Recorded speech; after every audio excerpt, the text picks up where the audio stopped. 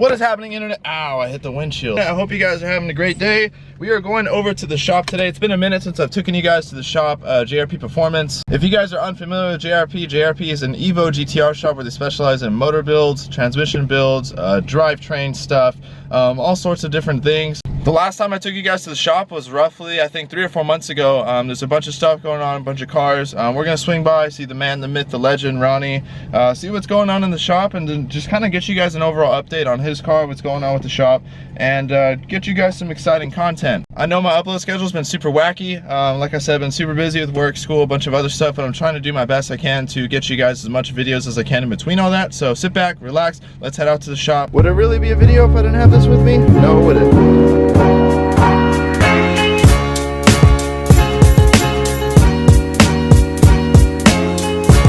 I was making such good progress. No, why you did this to me? I think we came to the right place. 1 Evo, 2 Evo, 3 Evo, 4 Evo. Jeff.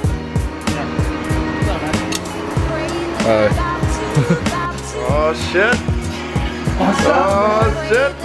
What's up, how are you? It's been a while since I've seen you with the camera, man. I know, it's been a while, it's been a long time. I'm surprised. Yeah. Alright, so it's been a super long time. So I've been with the man, the myth, the legend. Ronnie, what's going on with this guy's build? So this is our buddy Parker's motor. He basically brought it to us, I want to say 3 months ago, with an assembled short block. So the short block was already assembled. We were basically gonna put the, turn it into a long block, time it. He got a Bushy Racing Stage 3 head with the O-rings, and everything else. So he pretty much brought us a shell, and we were gonna assemble the engine for him. And as I was talking to him, I looked at the short block, and it was in a bag, but like the bag was kind of torn. So I glanced at it, and I could tell the rod to crank, basically side clearance is tight. Like I could physically tell, because I've seen so many of them. So I was like, give me a second. So I grabbed a feeler gauge and I put it between it. It's like, 3 thou, or I can't remember off the top of my head, but it was like super tight. And that's something I always check. And I have a special sanding belt that I use in-house to make it bigger. So it's not something that the machine shop usually checks. So it's something that the builder has to worry about. And I told him, I'm like, because it's a dual map car basically. He's gonna run the 85 high boost. It's a 6466 car. And he's gonna run pump gas low boost. So I told him, I'm like, on pump gas, since you don't have basically the cooling properties of E85, you're gonna run into issues with that clearance.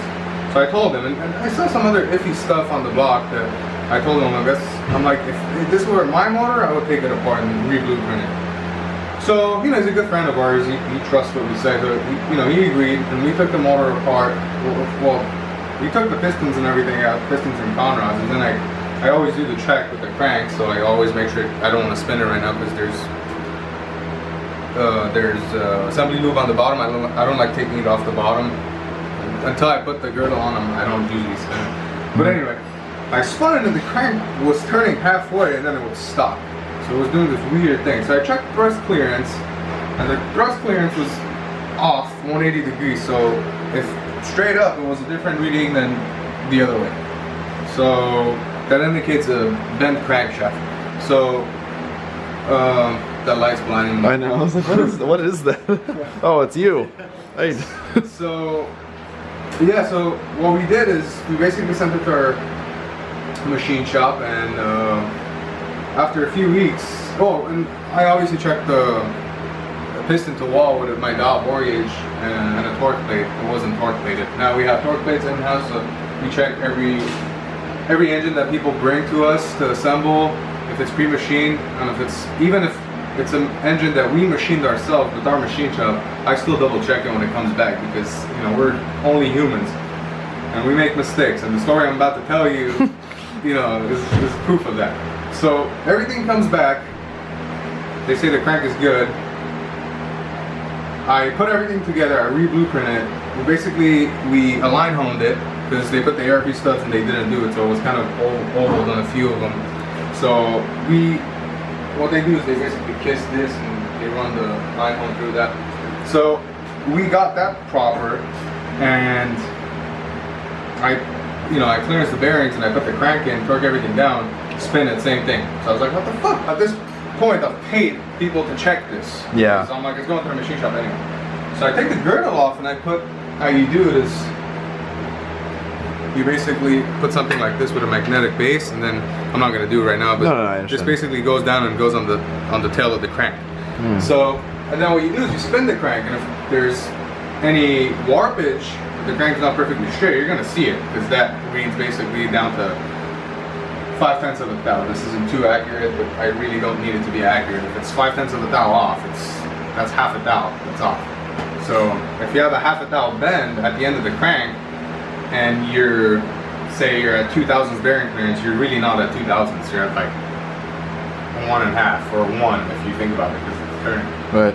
So, you know, that's a big problem, because now it has a tight spot. Well, on top of that, the thrust, basically where the thrust surface is, that was also like making excessive contact with the thrust bearing. There was warpage on that surface too, and nobody had caught that. So this is after 2 people checking, my machine shop and his crank guy. It's not a big deal. They do great work, but my point is, you know, everybody makes mistakes. That's why, you know, we double check everything. That's why you don't just throw these motors together, as I've said like a million times, you know? Yeah. So, ordering the new crankshaft, got the crank balanced by itself, because remember it's a 4-cylinder, so you don't need bob weights like a V8. So balance that by itself. We're using, but this is a very cool combination. So anybody that's looking into motors now and wants to make big power, right, strongly suggest looking into this. So this is a 2.1 liter. This starts life as a 4G64 block, gets a 88mm crankshaft, 88mm stroke crankshaft, which is a Evo 8.9 crank. But remember, it's a 4G64, so from the get-go, you have 87mm bores, and you have a 6mm taller deck. What that means is, instead of the 150mm rods they usually use in a 4G63, or when you do a long rod build in a 4G63 and you go to a 156mm, on this you can actually use a 162mm. So it's actually a super long rod engine if you think about it. It actually comes out to a 1.84 rod to stroke ratio, which is the highest to my knowledge. So basically what that means is less piston wear, less cylinder wall wear, less ring wear, because you're literally, when the engine's in the dynamic operation, it's not side loading as much because of the rod to stroke ratio. So with that, you lose a tiny bit of blow-in torque, because the dwell increases when it's at top dead center. Basically the piston is closer to top dead center for a longer period of time, if that makes sense. Yeah. And hence piston speeds at lower RPMs are less, but it's the exact opposite of the high RPMs. So if you want a high revving motor, if you guys are gonna rev this, you know, your motor's out to like 9,500 and you want to do it semi-reliably, I suggest you do it with a 2.1. You do run into issues because, like I said, it is a 2.4. It's essentially it's the motor that they do a 2.4 build with. It's a 4G64. Right. So the 87mm bores are gonna give you issues if the tune is not exactly where it needs to be, which most of the time it isn't. It isn't. That's why people lift heads. Me being one of the victims of, you know, many head lifts. Right. So what we like to do is super high horsepower 4G64s. We like to full fill the block, which is kind of like takes it out of the daily driver category. But at the very least, if you don't fill the block, what I do suggest is doing steel o-ring on the block and a receiver groove on the head with a copper head gasket. So usually what we do is we'll get, like, you know, cylinder head, we'll o-ring the cylinder head, and then we'll just use a factory MLS gasket without a receiver groove, and then that'll be perfectly fine. The reason you can't do a receiver groove on an MLS is because it's a metal gasket, so it'll actually distort the gasket. It's not copper, it's not malleable, so it'll, you know, you smash that thing in there, the bores are gonna, the fire rings are gonna basically distort. You don't want it. It doesn't really work well. People have done it before, but it's not a combination. It's not recommended. Yeah. What I recommend the most is to do copper O-rings now. Now I've learned that this is the best combination that works with a multi-layer steel. That's actually what we're going to use with mine now, and Jeffrey's actually, because we got the crazy extreme tuner's head gasket for Jeffrey, but the problem with that becomes whenever you're torque plating the block to bore and hone, you need to use that exact head gasket, right? Yeah. Well, it's a $1,200 head gasket, and once you use a head gasket, in our standards, some people do this, but in our standards, we don't reuse that shit. Right. So it goes in the trash and you get another one. Well, we don't want to pay $1,200 for another head gasket. Yeah. And the O-ring is gonna work just fine. We are still working with 4G64s, 4G63s on our engines, so we do gain the advantage of starting from an 85 mil bore.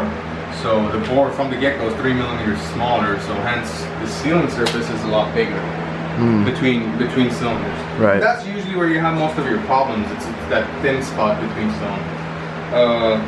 Another thing that I've already talked about in the past, I believe, is how smooth the deck needs to be. Yeah. Basically to seal properly. For example, I'll give you an example on Randy's engine. Sorry, it's kind of a mess right now. Ooh. Take a look. That's pretty smooth. That's nice. Yeah. I would want it even smoother than that if this thing was trying to make a lot more power. So as smooth as possible. You get limited by your, you know, machinist tooling capabilities. That's kind of how you know a good machine shop from an average one. You know, they'll have cutting stones that can basically turn that into a mirror finish. Yeah. As opposed to, you know, something with machining marks. So something like 400 or 500 horsepower, you're not talking that much power. You're not gonna have any issues. Yeah. Anything big power that you're trying to use in multi-layer steel, you need to have it basically at a mirror finish. What I always say, if you can see machining marks, it's probably too rough for an MLS gasket. But the copper one, you can use. It doesn't matter. You can have like literally like waves on the surface. It really doesn't care because it's a malleable metal. It'll basically adhere to the surface that it's working with. But yeah, we're using. Basically, another thing was this guy paid for an 800 horsepower capable engine, and he got. This is what they gave him. This is the wristband they gave him. This is the wristband I gave him. Oh man. Yeah, so this is gonna yank. Yeah. I don't know how much power. I haven't personally tested it, but I know it's gonna yank. Yeah. This will not. So again, I think we've talked about this before. Yeah, side by side, it's a crazy difference. This is basically gonna increase the weight of the rotating assembly, so you get more wear on the bearings, but everything's a balance, man. If you're trying to make a lot of power, you can't run these. You can't rock these little catastrophic engine failure very fast. But these, yeah, you trade it off with some more bearing wear, but the thing lasts long. What we've learned is if you're under 1,000 horsepower, so 250 horse per cylinder, you don't really see that much bearing wear. Anything over that, it just like skyrockets. So at 1,100, you're like wearing the bearings like twice as fast as you were at like 1,000. I don't have any of the JRP pistons to show you. That's another thing I want to show you. So we've already sold like 5 sets of those. We're starting to push them in our builds. Basically, they're diamond pistons with obviously the JRP logo. That's not what makes it work. They're 10-to-1 compression. We can make them for 150 mil rod, 156 mil rod, 162 mil, whatever. We can change the compression height and the pin height and all that stuff.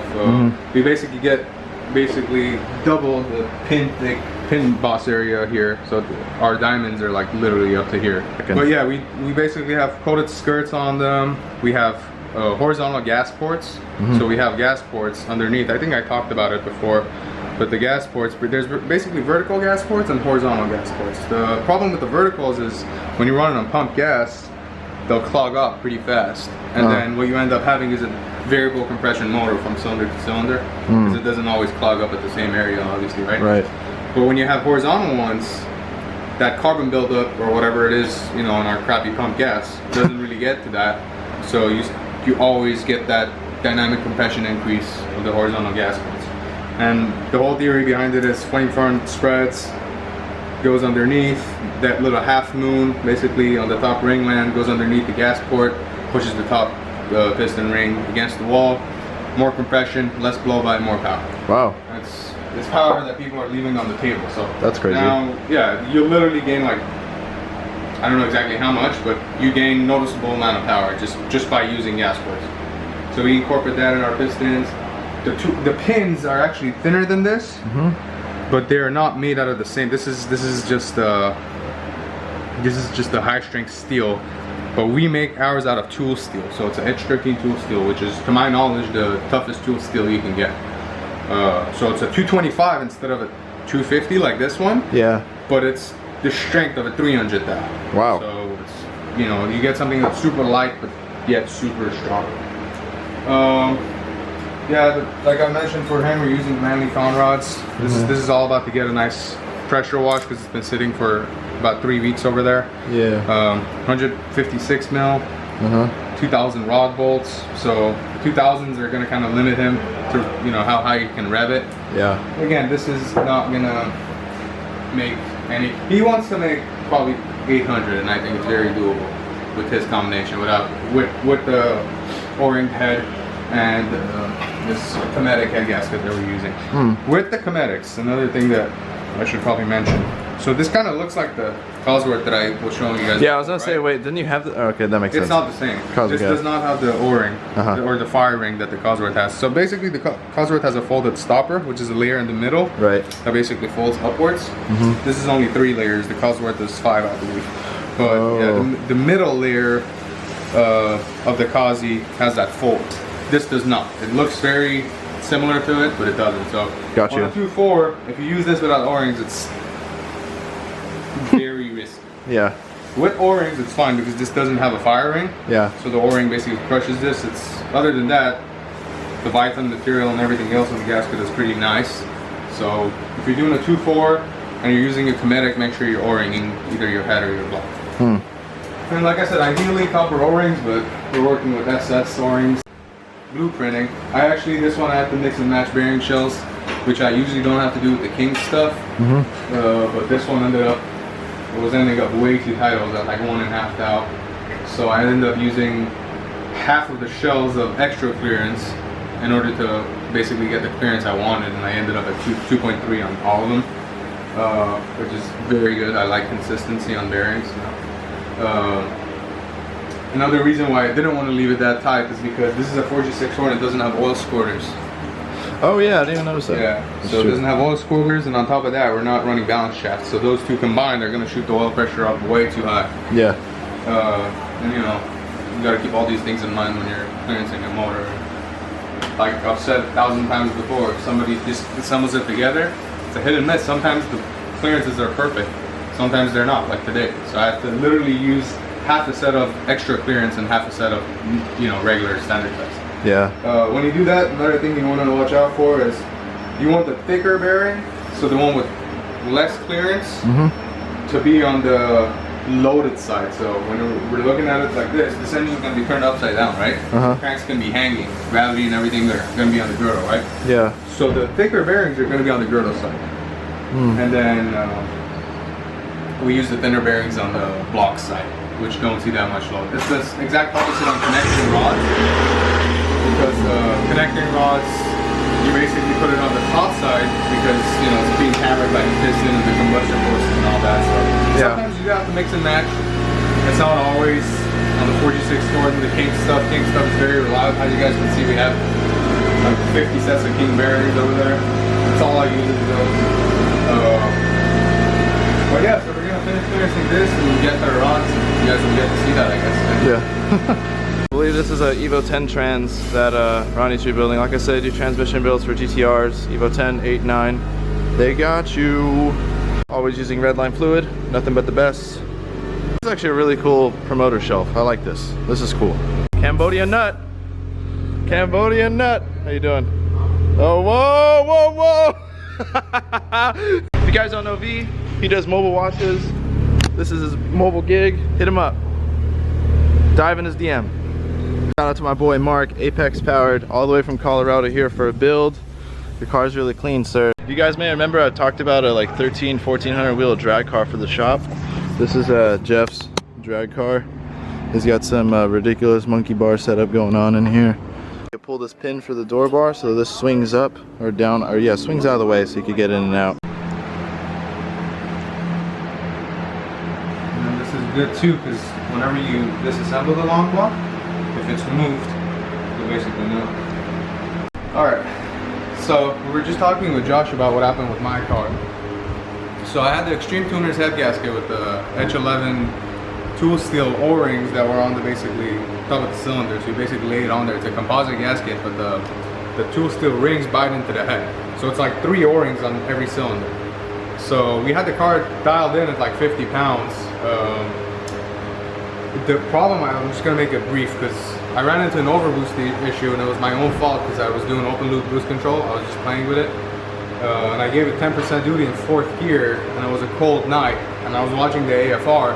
The problem is, the reason it creeped that bad is because my ignition timing only went to 50 pounds on the load axis because I'm on a link ECU, it's not the stock ECU.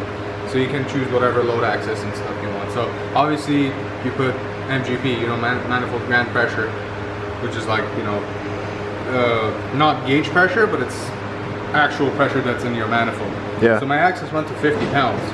When I overboosted, if you take a look at my ignition timing, maybe later on we can show this, but basically I had high timing and then it tapered to 10 degrees up top. So following that curve, the ECU extrapolated and went into the unseen areas when I basically overboosted to like 55 pounds. So it started cutting timing, went down to 6, 4, 3, 2, and then it just went downhill because when you pull that much timing out, when you retard timing that much, you actually spool up the turbo because the combustion event is happening closer to when the valve's about to open. Oh. So all that heat and sometimes even some of the flame goes inside the exhaust manifold and explodes there basically and holy spools crap. up the turbo. So yeah, it was like a chain reaction of holy fuck. You know? Yeah, that's crazy. So it basically creeped to 67 pounds. And at 67 pounds, because of that ignition timing map and because of my own, you know, mistake of not having, you know, closed loop boost control or some kind of a, you know, cut, it was my fault because I raised the MGP limit to 70 pounds because I was, you know, doing all sorts of different things. But when at 67 pounds, it was at 4 degrees of ignition retard. So it was just a chain reaction of, you know, things that weren't supposed to happen. So, you know, you learn, I guess, from your mistakes. But this time around, we're just going through a regular O-ring, but I have a different block now because we actually cracked that block.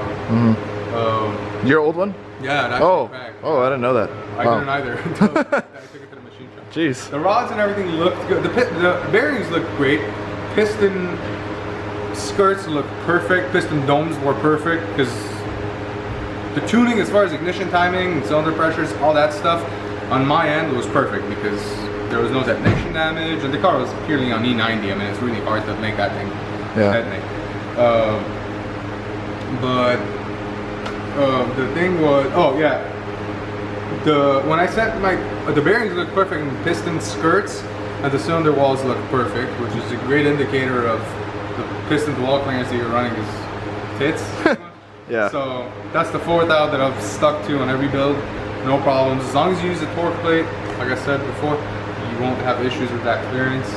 You know, I had no excessive blow-by. I had nothing crazy. I mean, with my big-ass cams, I had like 165, 170 compression all across the board. Right. That's without me throttling getting those big-ass, you know, Cal 280s. So, so a few things that are gonna change. One of the rods did bend when it overboosted. And then I cracked the block from the water jacket, from the head stud hole basically to the water jacket. Correct. Which is again why I say for the 2.1s, because they're such big cylinders, you gotta fill it. Yeah. If you don't, then you're more prone to cracking it. Because they flex at that power level. You know? Yeah. So now we're a little bit different on the setup. We're still on the Super 99, of course. It's still the same kit. What I'm trying to do now is I'm trying to get a full exhaust, but just keeping the dumps out the bottom, so I can drive it around and I can put it on the dyno, some, you know, D-Sports dyno for now, until we get our own. So that's one change. The Vader aluminum rods. It's gonna be a long rod setup now. I can't wait for that. Pistons. I I got a Cali's billet crankshaft with their Super Aero finish. So what that is basically, it's a polished, basically the webs are polished, and basically that helps with aeration of the oil and windage. So what that means is whenever the crank's turning, there's essentially like hurricane level winds in an engine. If you think about the velocity in which everything. Yeah, but if you think about like the environment of the combustion engine under, you know, that kind of crazy power, right? You're throwing 50 pounds at it, right? You have a fuck ton of blow by. So what the crankshaft, the web does is it doesn't physically hit the oil, but what it does is it hits the oil vapors. And it hits the vapors, but that vapor basically drains back into the sump, and if it's aerated, if it whips through it, it's gonna aerate it. So the problem with that, like if you're on the track and you do an oil change right after, right, you'll see bubbles in the oil, and that's because of the aeration. Wow. So that causes all kinds of crazy issues. I mean, you can have oil pump cavitation, which is basically the oil pump gear sucking up that aerated oil. You know, because the crankshaft literally beats the air inside the oil vapors, and then now you have air in your oil until it sits for a certain amount of time, right? And it basically separates itself. But you don't get that when you're driving the car hard, right? So if the oil pump sucks that in, and a part of that oil has air in it, you're not actually supplying the correct amount of oil pressure to the bearings. You're supplying X amount of oil and X amount of air. Yeah. And the air obviously is not a great lubricant, you know? Yeah. So I'm still debating on what to do with my oil pump setup. It's probably it'll either get WPC treated gears, or I'll just buy the billet and get the Front Life Fabrication billet oil pump. I don't have money for a dry sump, and it's a street car, so I don't see the need for that. Jeffrey, we got a dry sump for Jeffrey. So you get all the benefits with a dry sump because you have an external reservoir, first of all. Yeah. So thermal efficiency, you know, you mount it away from the engine. You got twice the smallest tank has twice the oil capacity. So you get a 5-gallon tank. It's essentially twice the amount of 4G63 capacity, right? Oil capacity. So again, thermal efficiency because you have more oil. Yeah. The tank itself basically has windage trays. So when the oil goes back, it goes through those basically screens and stuff, and it takes that aerated oil out. So you're supplying fresh oil to the pump, or to the mains, because the pump is basically scavenging from the engine, puts it in the tank, and then there's a suction from underneath the tank that goes inside the, you know, main oil galley and feeds it. So that's the best way to keep your engine from not getting oil. Yeah. Right? Right. It's like $6,000. So and it doesn't make sense for a street car because if you let that thing sit for like 2-3 days, what happens is gravity will actually drain the tank. And you would actually have to prime it from an external unit because you can't go sit in there and crank the car. You'll basically have no oil. It'll be in the sump, which in a normal car, that's where it needs to be. But on a dry sump, the sump is supposed to be dry and it's supposed to be in the tank. Does that make sense? Yeah, no, I understand. So, pros and cons to everything. Obviously, mine, we're trying to keep it as mild as we can, but it's kind of getting out of hand. I mean, I just ordered the Magnus launch control device, so it's probably going to end up being a drag car eventually at one point in its life. But yeah, we're going with a super light rotating assembly. We started with a virgin block, so we're going 20 over now. It's a half fill now, so I have concrete filled up halfway. The Jeffries, we have concrete filled up to the top. Now, if it's half filled, can you still drive that on the street? Yeah, you can. Oh, okay, got it. You can drive a full fill on the street. It just depends on your setup and stuff. Some people like to put in a fan on the oil cooler. Okay. And if you have a standalone, you can basically trigger that. Like, let's say it gets to like 200 degrees Fahrenheit, you can kick that fan on. Yeah. Basically, because it essentially becomes an oil-cooled engine. Yeah. There's no water in it. Right? Got it. But if you're half fill, yeah, you can drive it around with no problems. Yep. Cool. You can get on it as many times as you want.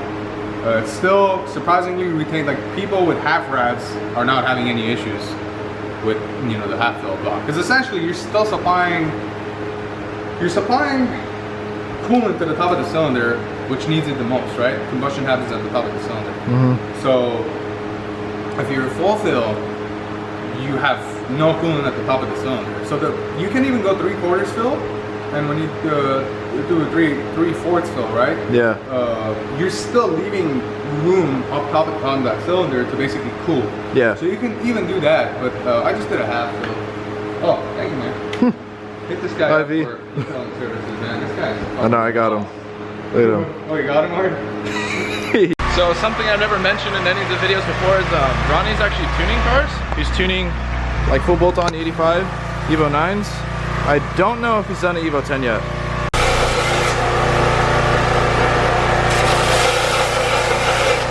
Yeah, so if you guys want a quote on tuning, hit up Ronnie's Instagram. I'll post it on screen, or you can hit up JRP Performance. I'll post that as well in the description down below. It will take great care of you guys, I promise. Tell me watch the videos, I promise to take good care of you. This is like every 240 SX's owner's dream. Small zip ties, medium, large, metal.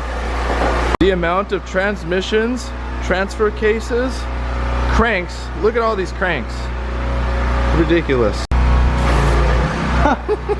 And soon when I get all the parts for my car, I'll start slapping everything together. I know you guys are waiting, but in the meantime, we'll probably get a really big update with my buddy Lorenzo's car, and then a really big update with Ronnie's car since he's going aluminum rod. He's got a forward-facing Super 99, a bunch of crazy stuff. The videos are back. If you guys are excited to see some 1,000 horsepower Evos, hit the like button right now. Trust me, subscribe. There's gonna be some crazy shit on this channel, trust me. Jeff came through with the sauce. Come back, Jeff, where'd you go? Okay, you can distribute the food now. You're good, you're good. Let's go. Okay, I'm gonna do it. Show me how this works. Alright, so you know Why do you have this? So you open the door, okay? Yep. And then you see this latch. This is matte. It's not a keychain or anything. So you like lift it up, and you slide this open. Oh, it slides out. Yeah, I thought it was up for some reason. Nah, and then you get in the car. Okay. Yeah, get in the car. All right, thank you. All right, so my boy Jeff here wants to show you guys the difference between legitimate Evo 7s and fake ones. Jeff, how do you tell the difference? First of all, the housing on the Evo JDM 7s are always red. And then on top of that, they should say Stanley right here. These say Stanley, but these are fake ones because they were converted probably from an Evo 8 to like. Let's see the real ones. In comparison, these are the JDM 7s. So they're more red versus dull. They say Stanley right there. And the whole housing is literally red. Nice. Yes, sir. See? And yeah, that's a big difference. And you get these for customers, right? Yeah, customers that want JDM 7s, 8s. You could get 9s, but they take forever to come along with headlights. You're missing one more thing. What was that? You get one more JDM part. Oh, JDM bumpers. There you go. You get everything JDM for you. Hit up Jeff. Dive in his DM. Let's go. Jeff earlier replaced the diff bushings. What did you say? These are energy bushings? Yeah, energy suspension. And now he's doing the, what would these be called? Considered? This is the mustache bar bushings. Mustache bar bushings? Yeah. Is that the technical term? Yep. Mustache bar. Let's see. We're gonna have a great time putting this in.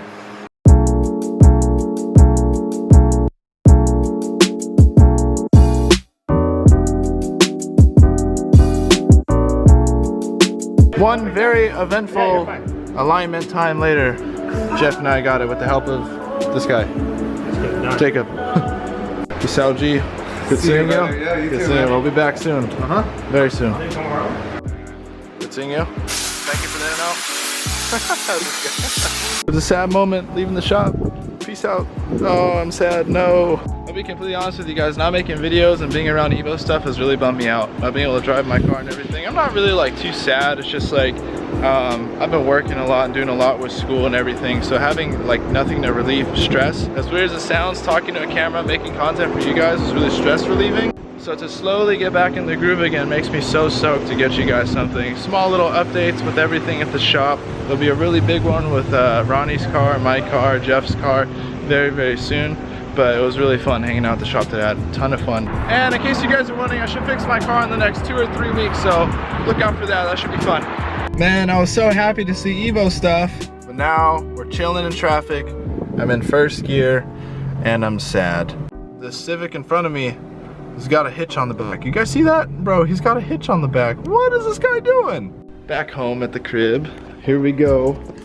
Oh, my rusty, crusty, dusty thing that doesn't run. It's okay. I can't wait to fix it. And actually, spending all day today at the shop made me super stoked, just because it's been a super long time since I've done anything car related. I work at a dealership, so I work around cars all day and I sell them and stuff like that. But it's been a really long time since I've gone out, hung out with some Lancer people, and I don't know, just got re-inspired. So big shout out to Jeff and Ronnie for having me at the shop and re-inspiring me and getting me amped up to work hard, save my pennies, and fix that thing. Hope you guys enjoyed this video. If you guys did, be sure to give this video a fat like, share it on your Facebook page, share it with your friends, share it with your grandma. Okay, not really, but seriously, hit the like button, subscribe. There's gonna be a ton of Evo stuff coming your guys' way. I really enjoy making these update videos for you guys. Hope you guys enjoy them too. Just know, the Lance is getting fixed. You see that? Look at that bungee cord, bro. Look at that bungee cord. It's going away very soon. I'll see you guys all in the next video. Peace out.